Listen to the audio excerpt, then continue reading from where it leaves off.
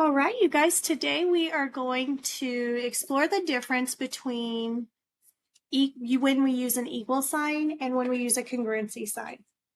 So I am just going to use my straight edge here. If you don't have a straight edge, use ID works well. I'm actually going to take mine off and use it today. It's nice we all carry around a straight edge, right? With us.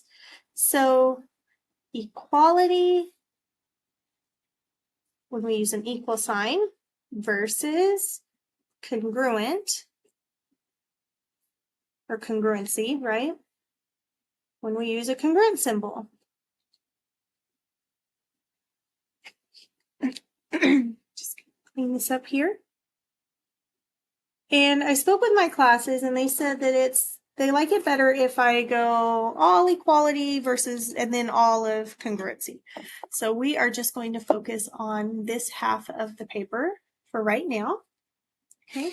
And I am a color coding person. It just makes my life so much better for me. My brain likes to see the different colors. So please feel free to do the same if that makes it easier on you. Okay, so when do we use an equal sign? This is when the length or the measure is given to you by a value, which is a very fancy way of saying they're going to give you the number. They will give you the value, or you will measure and find that value. But it will be given to you, or you will find it by the number that you see. The notation. Now, geometry is very good at teaching us how to be precise and clear in our answers and how we label things. So that's always a good thing. A good quality to walk away from geometry with is being precise. And I always say algebra always teaches us process thinking skills, using those formulas properly and things like that. But geometry really challenges us to make sure we are being neat and precise and very detailed. Okay, so this is our equal sign. So an example would be if I have segment AB is equal to segment CD. Okay. An example of what not to use, because I like to have nots on here as well. Not segment AB is equal to segment CD. Okay. And that's going to make more sense after we talk about congruency. An example of how we prove or we label segments. I'm going to draw two segments. And I'm just going to put them in different directions because I don't want you to think that they have to be in different or going in the same direction or look completely identical. As you see, I did not actually measure here. Okay, so we are trusting our notations and the information given to us. Don't trust the picture. Okay, the pictures are not always drawn to scale, as you'll see on your PSAT and your SAT. They're not drawn. Like they'll put a little tree on your screen and tell you it's 10 feet tall. Well, obviously we know it's not 10 feet tall, right? So what we trust is what the information given to us. So let's say I'm going to label both of these segments as 10 units. So by equality, I am given the values proving that these two segments are the same. Therefore, I can say segment AB is equal to segment CD. Because the information, the numbers were given to us. Okay. Same thing for angles. And again, you're not going to see me grab any tools to measure these.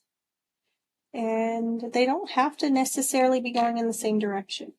Do make sure you have your arrows at the end of your rays. Angles get 3 letters.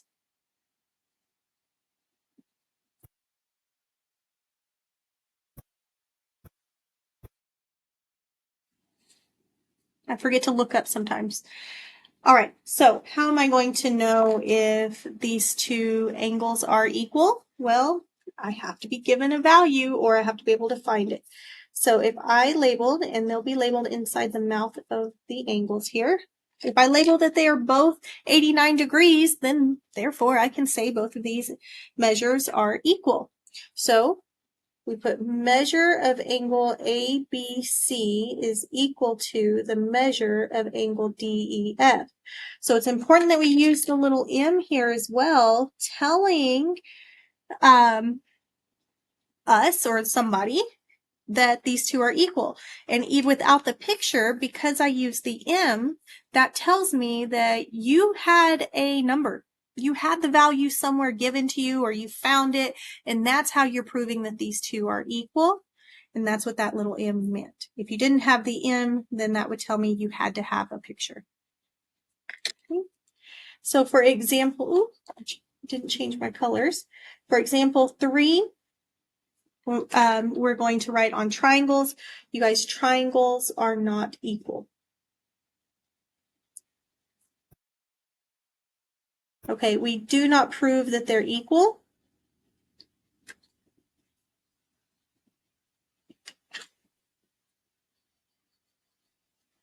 Triangles are not equal. Now we prove that they are congruent to each other, but we do not prove that they are equal. And the reason for it is because if we're looking at the interior angles of a triangle, they all add up to 180. And if we are looking at the exterior angles of a triangle, I didn't draw that perfect, they all add up to 360. Okay, so we're not going to put triangle ABC is equal to triangle DEF. Okay, again, because all triangles have 180 as their interior angle sum, and all triangles have 360 degrees. Actually, all polygons do. So we are not proving that these are equal to each other. We prove angles, segments, things like that are equal to each other. Okay.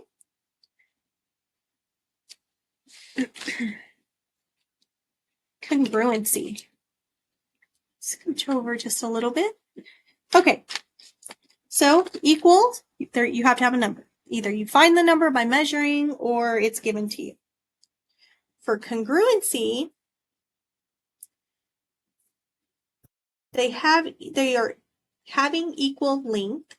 I can't read and write at the same time. Or measure. Okay, and this is given to you by pictures, shapes, and diagrams.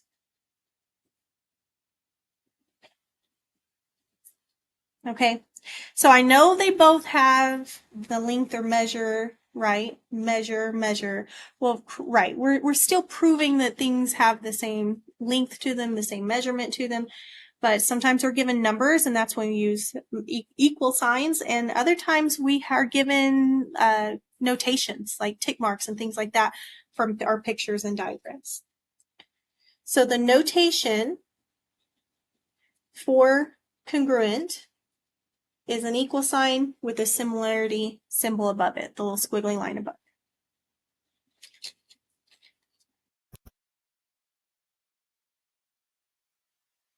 Okay. This is where I would say segment AB. And the notation for segments when we're talking about congruency is an actual segment above the AB. Okay, this tells me, without seeing anything else, that you got this information from the picture itself. So I think draw the picture above the letter when I'm talking about congruency. Segment AB is congruent to segment CD.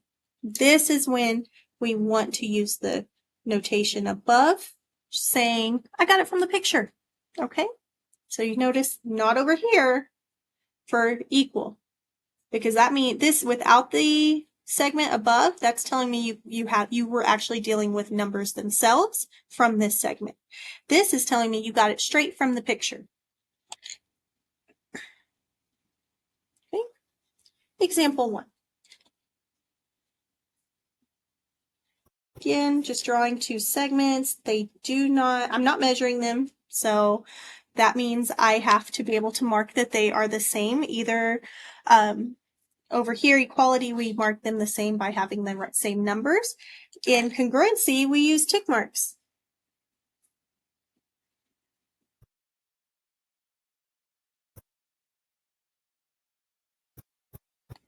Okay, the tick marks tell me that segment, whoops, I didn't label it, ABHF. AB is congruent to segment HF. And oops, got the wrong color. And again, this came from the picture, so I want to put my bar above showing that that's a segment AB.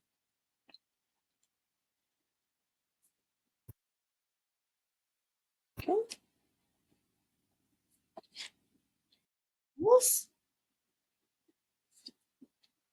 Again, they don't have to go in the same direction. And obviously, I am not measuring them. A, B, C, just keep it simple. D, E, F. Okay, so tick marks on segments are just a little line. For angles, you'll find it inside the mouth of the angle, like inside the mouth. Okay, and that tells me that the angle ABC, this time you notice I didn't put the M because it's not from an actual measurement, it's from a tick mark, is congruent to angle DEF. So we have the angle notation and the congruency. Okay, so if you had a second set of angles, should at least make them acute, right? Both acute. Again, I'm not measuring, so I am going to have to trust my notations here. Trust the information given, not the numbers, okay, or in the picture. Oh, what do I always say? Trust the numbers and the information given, not the picture. So let's say I had a second set of congruent angles, and I need you to see that these two are the same, or these two are congruent and these two are congruent. This would be my first set, and then you'll see two tick marks inside showing this is my second pair of congruent symbols. And the same process for your segments. You could have one set, you can have two sets, you can have three sets, and so forth. Okay, so now we get to really see these triangles in action here. Okay. So draw two triangles. Again, use your straight edge. We are very neat in geometry. These are obviously, I didn't even try to make them look the same, did I? Well, again, don't trust the picture. Triangle A, B, C, D, E, F.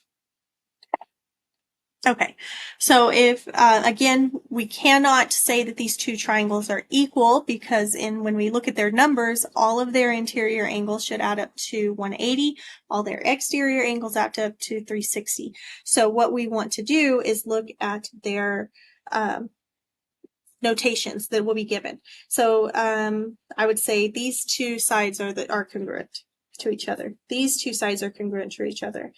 And then I have a third side. If it's an equilateral, you would just have one tick mark around all of them. I just want you to see that you can have one tick mark, two tick marks, three, just say I have three pair of congruent sides of these triangles. And then we'll get into postulates a little bit later, but because all the sides are the same, side, side, side, then I could prove that this triangle ABC is congruent to triangle DEF by side, side, side. I would not be proving that they are equal to each other, but congruent to each other.